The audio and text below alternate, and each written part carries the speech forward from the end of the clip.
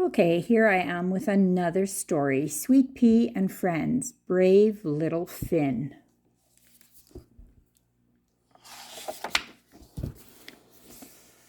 One cold winter morning, a shy little lamb was born. "We'll call you Finn," said Farmer John. He held Finn close, keeping him warm inside his green barn jacket. Finn had been born early and wasn't as strong or as big as the other lambs. He shivered against the icy wind as they made their way up the hill to the farmhouse, to the warm farmhouse. Farmer John whispered in his soft, fuzzy ear, "Be brave, little Finn. We're all here for you, always." Finn's big sister, Sweet Pea, visited him every day, even when it was windy and cold. She would put on her favorite wool scarf and come up to the farmhouse to see him how he was doing and tell him all the barn news. Little Finn spent his days by the warm fireplace and made friends with the dogs and new puppy. While living inside, little Finn had to wear a diaper. Finn thought he might look silly, but all the dogs agreed he looked quite nice.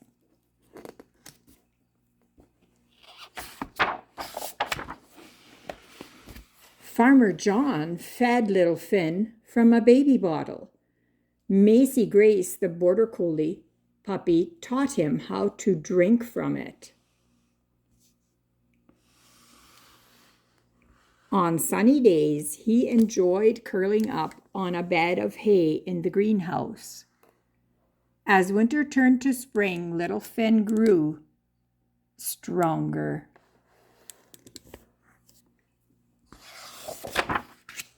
One morning, he was finally ready to go outside and meet the other lambs. Finn was feeling nervous. What if no one liked him? "Be brave, little Finn," said Macy Grace. "I'll be here with you." Atticus, Meadow, and Hazel were excited. They could not wait to meet Finn and hear all about being raised in the farmhouse. They planned to show him the drinking pond first and then all around the pasture. First, the lambs stopped at the pond for a drink. Finn bent down for a sip of cool water, but was startled by a pair of bright green eyes looking back at him. What was that? Keeper the goose floated nearby. "Little Finn," she honked, "don't worry. That's just Pond Frog staying cool in the shade. He sings his beautiful songs to us each evening." Next, little Finn's new friends took him to the lilac bush. Hazel and Meadow loved the lilacs and munched, but Finn was unsure. He had never eaten anything purple before. What if they tasted bad, he worried. "They're so sweet," said Meadow, her mouth full of purple flowers and green leaves. "Please try some, Finn. They're a special spring treat," said Hazel. He took just a tiny nibble. They were delicious. The next morning, little Finn felt something wet and cold on his coat. It was raining. He was scared. What should he do? Where should he go?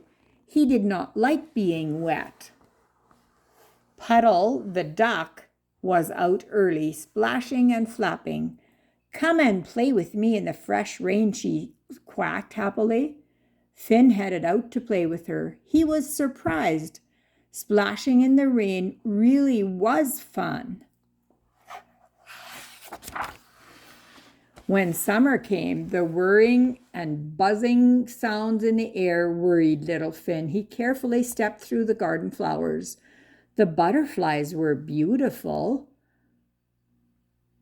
But the hummingbird had such a long and pointy beak, and he had heard the bees could sing. Sting, not sing. He saw his friend Atticus, who had stopped to nibble a rose. No need to be worried about the things that fly and buzz, little Finn, said Atticus. They pollinate the plants, which helps Farmer John grow flowers, fruits, and vegetables. Finn looked up and smiled.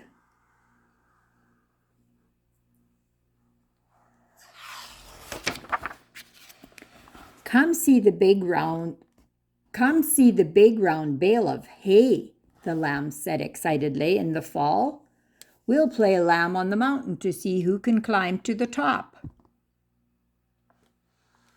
All the lambs loved watching Macy Grace jump from one bale to the next. Oh my, worried little Finn. I could never climb that high, but fall was still weeks away.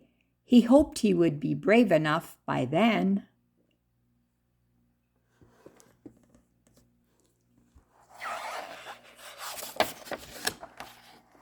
One morning, little Finn looked out the barn door and noticed something new, a hat.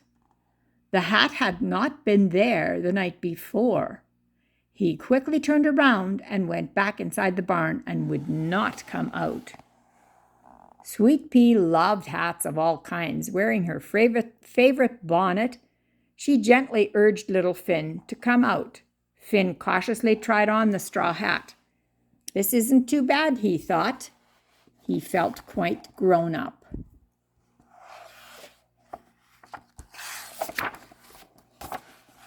Early the next day, while taking a morning walk with Laddie, the sheepdog, little Finn noticed a large web. Then he saw a spider. Spiders are so scary, Finn whispered to Laddie. There's no need to fear, Miss Spider, said Laddie. She's an artist weaving her web. Look how pretty it is. Little Finn studied the intricate web sparkling with morning dew, and he was not so afraid anymore. There's the big spider.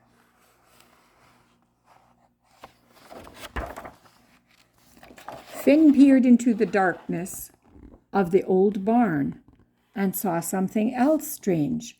Was that a monster hiding in there? He ran as fast as he could and bumped right into Sadie the pony. Sadie gave a sigh. Sadie gave a soft neigh. Oh, little Finn, that's just old Ford the tractor. He's resting in the barn after a long summer of hard work. He pulls the wagon that holds all our hay for winter. Finn loved eating hay. Still, he stayed away from old Ford. One cool night, little Finn could not sleep. Soon it would be time to climb the big round bale of hay. He didn't feel ready. Even the sky looked scary as the moon rose high. Finn saw it get covered by a dark shadow. His knees started to quiver.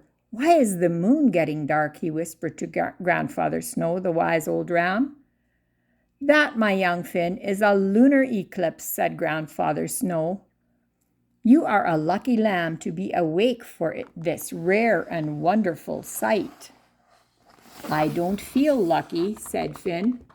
I'm afraid of everything. But what happens when you get scared? My friends are there to help me, said Finn. Grandfather Snow smiled and drifted off to sleep. Tomorrow was a big day. Finn was still nervous, but he knew he would have to try his best. He thought about all his friends, especially Macy Grace and Atticus, and how they would all be cheering him on. Finn felt just a little bit brave.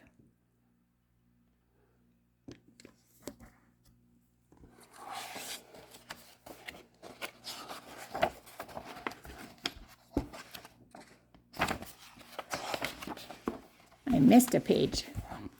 When morning arrived, everyone was very excited. Macy Grace, Laddie, Cry, and Quinn had come to watch. Hazel cried, "Everyone gets a turn." All the lambs tried and tried, but no one could make it to the top. Little Finn tried too. "You can do it, Finn," called his friends. He took a deep breath and ran and leaped and dug his hooves in. He made it all the way to the top of the big round bale. "You are the brave and mighty little Finn," all his friends cheered.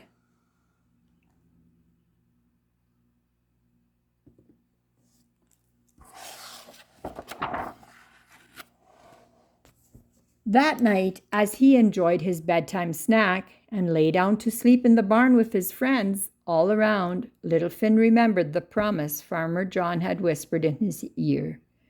"Be brave, little Finn. We're all here for you, always." He felt very brave and loved because he knew it was true. His friends would be there for him, and he would be there for them too. Oops, my camera fell over. Sorry about that. And this is just about the story of Finn.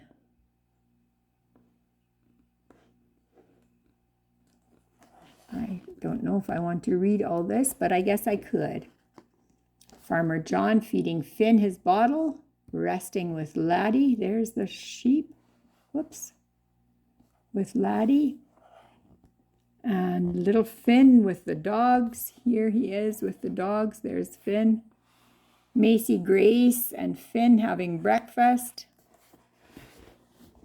This is a true story of Finn. Twin lambs, Finn and Hazel, were born on a cold 20 below zero winter night.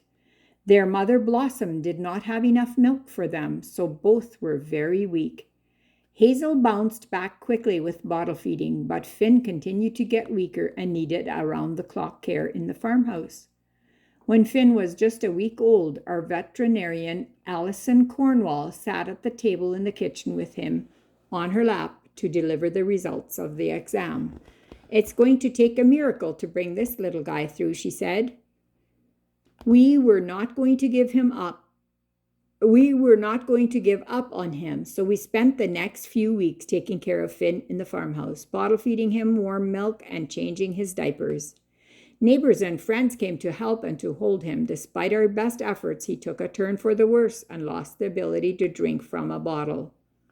John started intensive care feeding, and Jennifer worked with herbalists and the vet to find ways to keep him healthy until he got strong enough to eat solid food. Our wonderful online community was following Finn's story and sent suggestions for herbal remedies, notes of loving encouragement, and wishes and prayers. The dogs would let Finn curl up in the dog bed with them for security and warmth. Our puppy, Macy Grace, took a personal interest and would encourage Finn to move around or just cuddle up with him whenever she could. Later, she was the one who taught him how to eat solid food from a bowl she had just learned herself. Finn bravely fought on, slowly growing stronger. When he was finally able to eat grass on his own in the yard, we all breathed a sigh of relief. We had our miracle, just as we've been shown in the book. Finn was very shy and cautious when he joined the other lambs. He really was even afraid of John's hat. We were so inspired by how the other animals helped him that we knew we had to tell his story. Behind the scenes, the art of the brave little Finn. There's all the people that are helping. Jennifer giving Finn a lift. Playing in the yard. Finn feeling better. Finn checking on Macy Grace during a nap. So that's the end of the story.